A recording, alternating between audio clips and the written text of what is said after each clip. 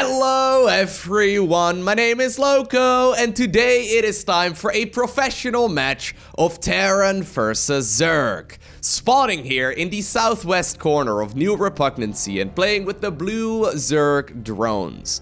He's from Italy, he's 16 years old, and he goes by the name of Reynor. And his opponent, apparently he's got Samwise on his command center right there as the clan decal. Apparently whenever in a Blizzard game they can't find a certain texture or the game has like a small bug, apparently Samwise's face shows up. I'm not entirely sure why that happens, but regardless, his opponent playing here with the red Terran SCVs. He's from France, likewise also 16 years old, although I say that, I'm pretty sure he recently had his birthday and he may be 17 right now, but regardless, his opponent, he is from France and he goes by the nickname Clem. So this should be an awesome match. Here's the thing. I've been covering both of these players for about a year or two right now on the YouTube channel, and I've been mentioning for quite a long time that if you take one thing away from these games is that you should keep in mind their nicknames. And ever since I first started covering a lot of their games as well, they have very significantly improved in StarCraft 2. Clem, as of me making this video right now, I just quickly looked it up, he's the current rank 2 on the European Grandmaster League ladder with just a little under 7,000 MMR, which is very significant. I mean, Grandmaster League obviously is the highest league in StarCraft, but in order to break into Grandmaster League, I think you need to get like 5.6k MMR or so on Europe.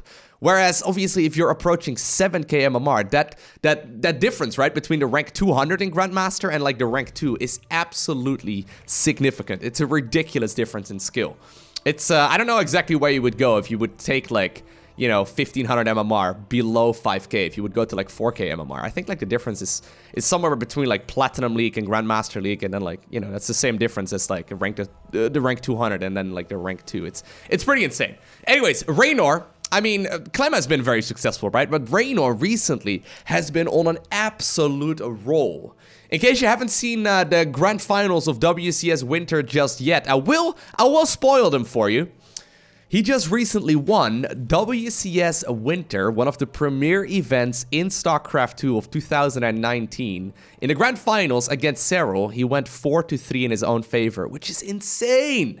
I mean, the thing is, right, both of these players still, if they decide to stick with StarCraft, they still have a very bright future ahead of them.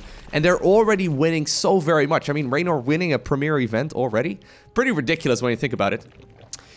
I've actually mentioned this time and time again as well on the YouTube channel that, you know, there's a certain time and place for all of these electronic athletes, right, to shine and when they are in their prime. For the longest time in StarCraft, especially in StarCraft 1, it seemed to be that right around like 25, 26-ish years old, that's kind of when like the decline started happening. That's insane, obviously, when you think about it. But it's just that the younger players, like for example these two, are just simply faster.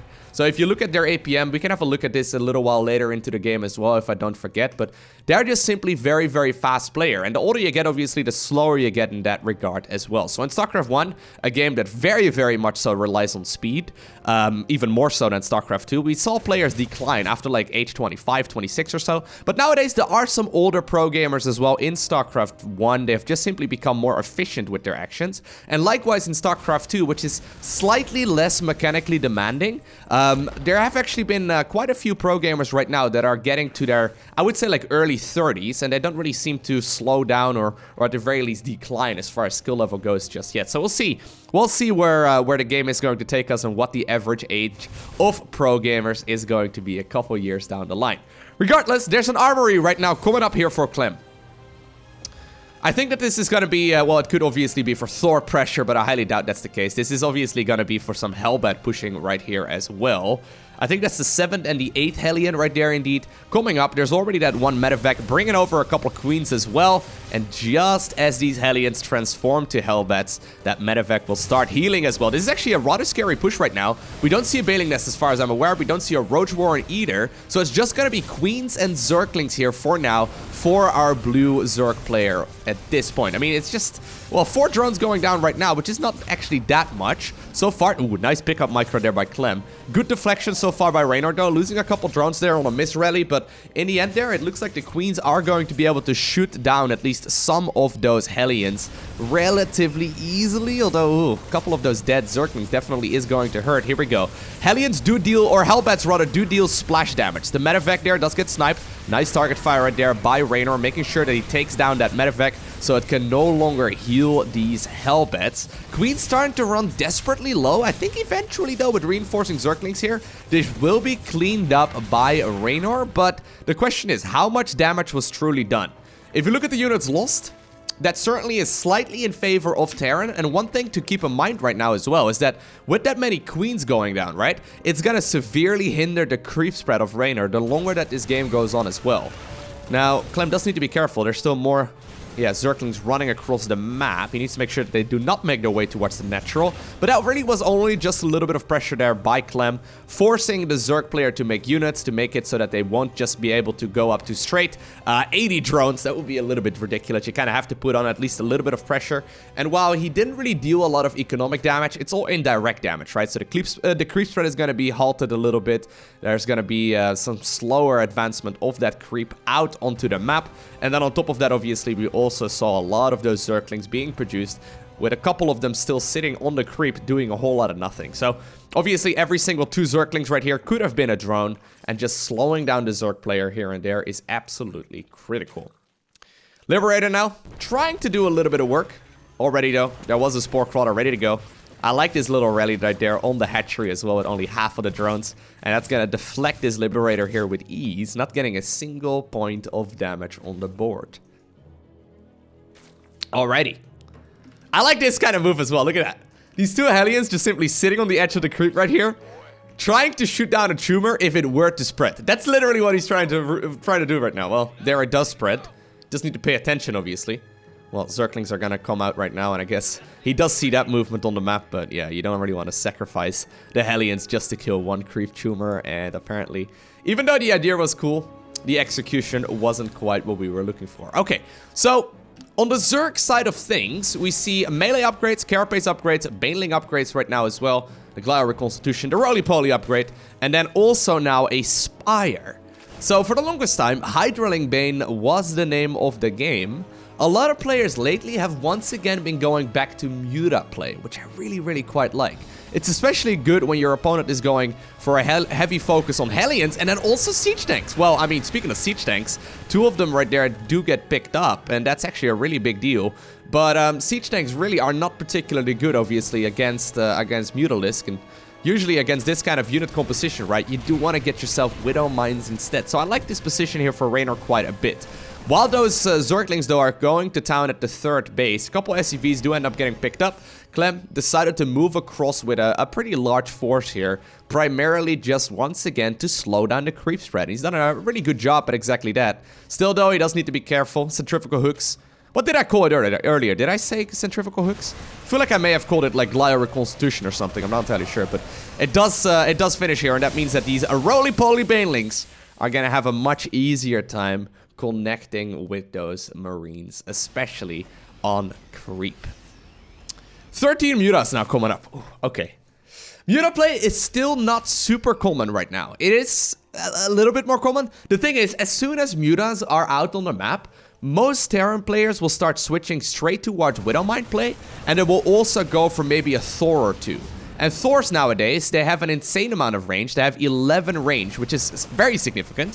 For example, a Colossus has 9 range, a Brute Lord has 10 range, Thors have 11 range, which is way more.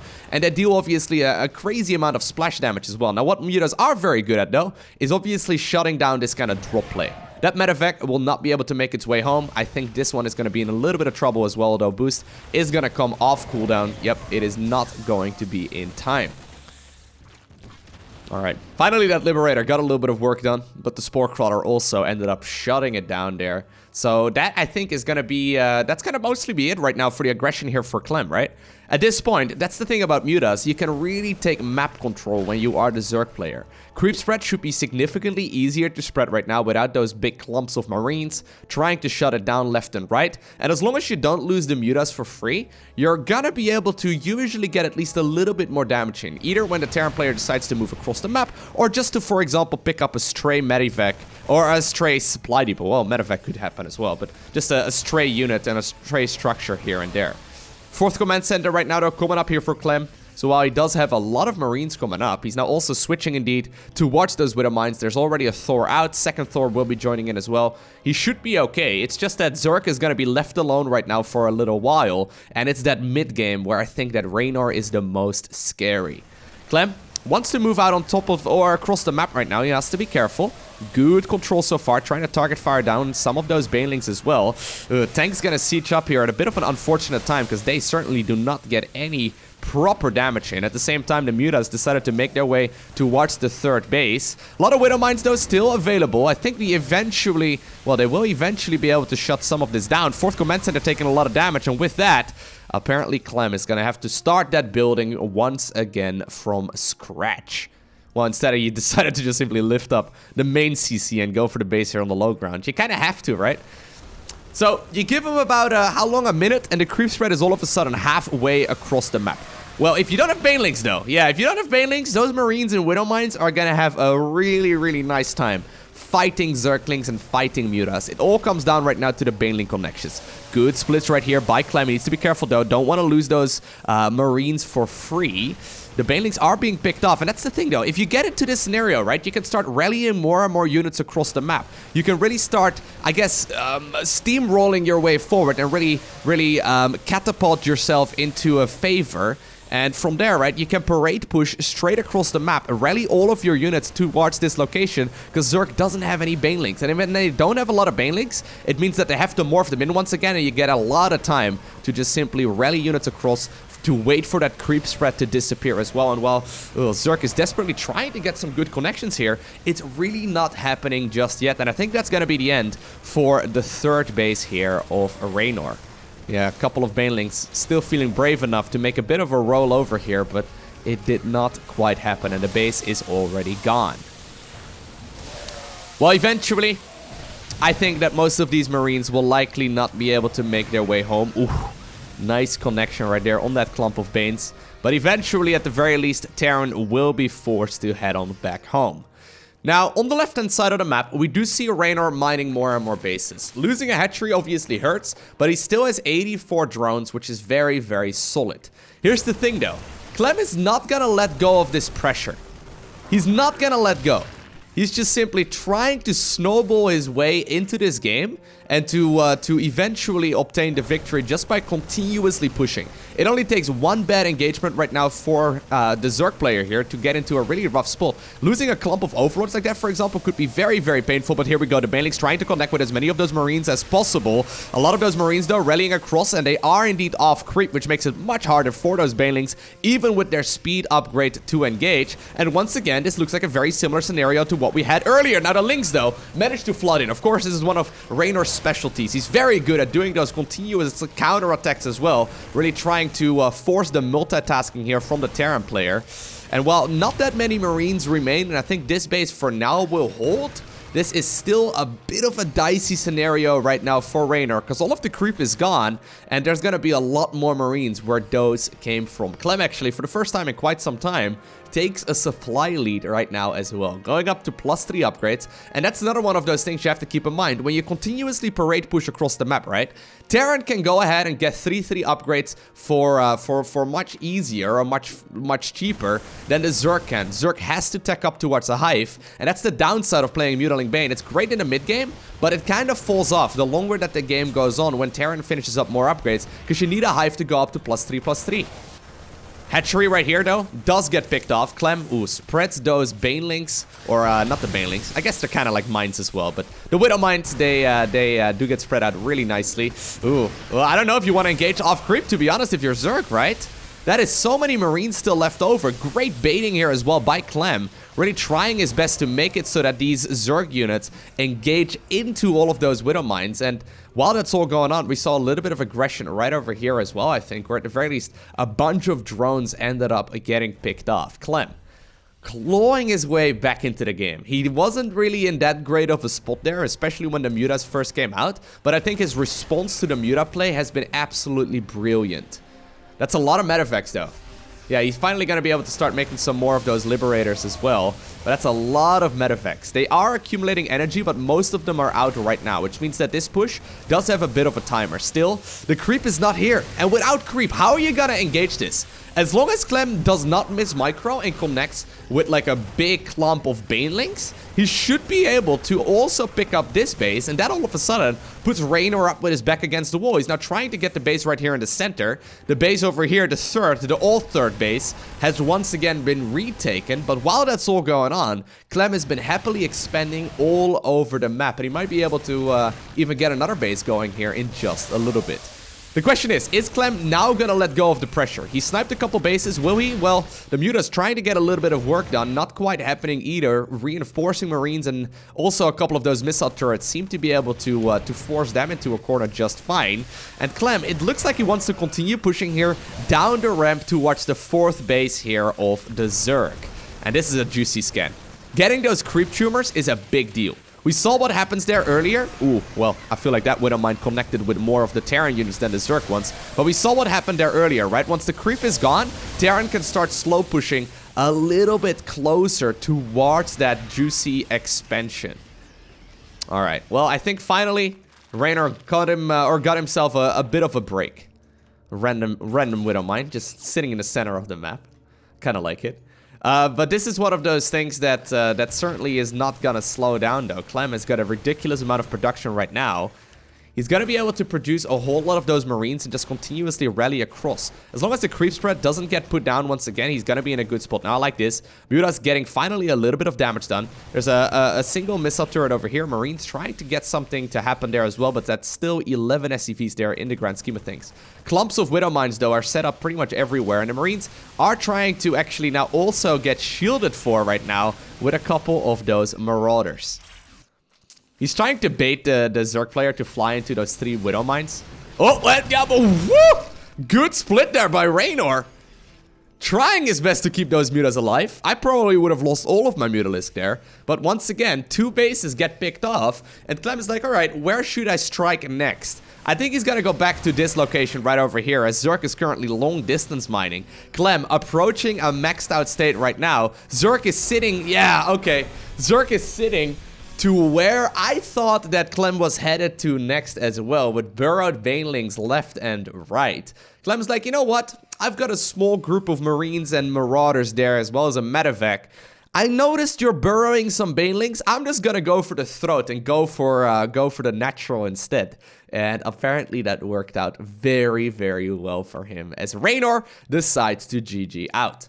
Sick control there. I love that. So as soon as he saw, right, that it was Muta play, he decided to add on Thors, switch the factories over towards a bunch of reactors as well to start producing those Widow Mines. He got himself the Widow Mine upgrades and then started pushing relentlessly. Never really allowing the Zerg player to get any more creep down, and that's really what in the end cost him a lot. And keep in mind, that is also an extension from that Hellbat push earlier. Killing those 3 queens, I think Reynor replaced them with 1 queen, but killing those couple of queens certainly made it harder for Reynor to put down the creep. And even though it's really difficult to track that kind of thing, I mean, I don't have a statistic to show you where the creep should be, just it being contained more is a big deal. And that's what eventually allowed Clem right here to obtain the victory with some excellent Marine and then also that medevac and mine control. I hope you enjoyed watching this video. If you did, make sure you hit the like button down below. And if you want to see more, make sure you hit the subscribe button, as well as the little bell icon, so you get notifications as soon as I upload more. You can follow me on Twitter, Instagram, and Facebook. It's all at LowkoTV everywhere. Links are in the description of the video as well, in case you want to check it out. But for now, I want to thank you for watching. Have an amazing day. Do not forget to smile alright. And I'll see you once again in the next one.